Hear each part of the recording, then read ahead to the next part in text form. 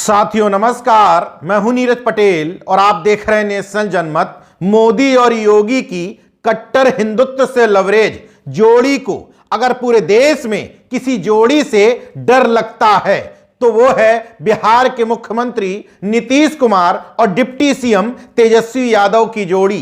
क्योंकि ये जोड़ी महज भाषणों में सामाजिक न्याय की बात नहीं करती, बल्कि जातिवार जनगणना करा के ओबीसी एससी एसटी का आरक्षण भी बढ़ा देती है और तो और लाखों युवाओं को एक झटके में नौकरी भी दे देती है। मतलब सामाजिक न्याय के साथ जातिगत कॉम्बिनेशन और रोजगार देने के वादे को हकीकत में तब्दील करती है। शायद यही वजह है कि मुख्यमंत्री नीतीश कुमार की 24 दिसंबर को बनारस में प्रस्तावित रैली को कैंसिल करना पड़ता है। वजह बताते हुए उत्तर प्रदेश के प्रभारी और नीतीश कुमार के करीबी कैबिनेट मंत्री श्रवण कुमार कहते हैं कि जिस इंटर कॉलेज में रैली प्रस्तावित थी वहां का प्रबंधन कह रहा है कि अगर हम नीतीश कुमार की रैली के लिए जगह दे देंगे तो हमारे कॉलेज पर योगी सरकार बुलडोजर चलवा सकती है। और ये कहते हुए 3-4 दिन टालमटोल किया गया।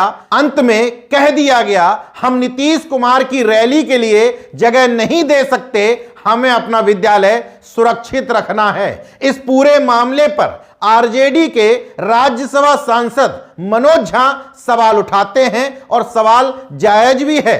क्या नरेंद्र मोदी वाराणसी के मालिक हो गए हैं? कोई भी जनप्रतिनिधि जनता द्वारा सीमित समय के लिए चुना जाता है। अगर वो उस क्षेत्र की जनता और उस क्षेत्र का खुद को मालिक समझने लगेगा तो उसका बंटाधार होना सुनिश्चित है। बहरहाल सरकार पूरी तरीके से तानाशाही मोड में है। दरअसल आगामी 24 दिसंबर को नीतीश कुमार की रैली बनारस की रोहनिया विधानसभा के जगतपुर इंटर कॉलेज परिसर में आयोजित की जानी थी, लेकिन प्रबंधक अजय शर्मा का साफ साफ कहना है कि हम रैली के लिए जगह उपलब्ध नहीं करवा सकते क्योंकि हमें अपने विद्यालय पर बुलडोजर थोड़ी चलवाना है।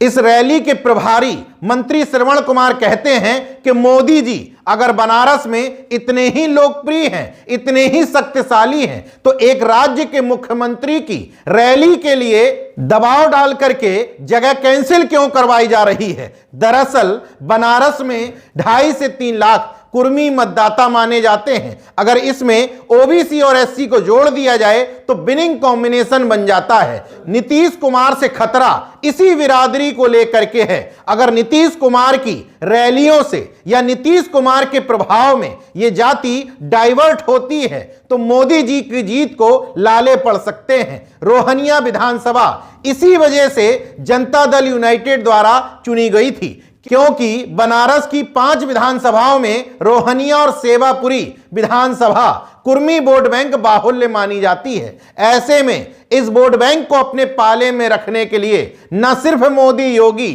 बल्कि इस वोट बैंक के सहारे अपनी राजनीतिक दुकानदारी चलाने वाले पति पत्नी की जोड़ी भी बेहद चिंतित नजर आ रही थी। अब जब रैली कैंसिल हो गई तो स्वाभाविक तौर पर इन्होंने राहत की सांस ली होगी। लेकिन मंत्री श्रवण कुमार कहते हैं कि 29 दिसंबर को दिल्ली में हमारी राष्ट्रीय कार्यकारिणी की बैठक है, उसमें निर्धारित किया जाएगा कि जनवरी में कहां रैली करनी है, वो स्थल पहले से चिन्हित किया जाएगा। और अगर सरकार परमिशन कैंसिल करती है या हमें स्थान की अनुमति नहीं दी जाती है तो वहीं पर पूरा विपक्ष धरने पर बैठ जाएगा।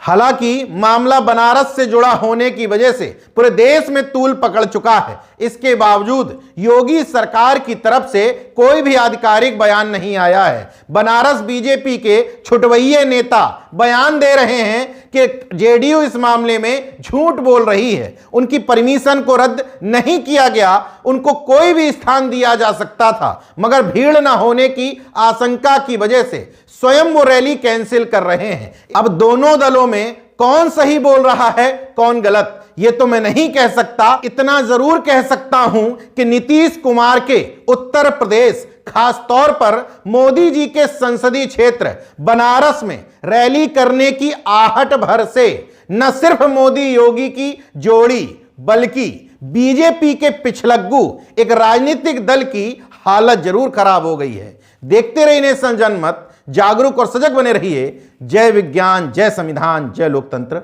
धन्यवाद।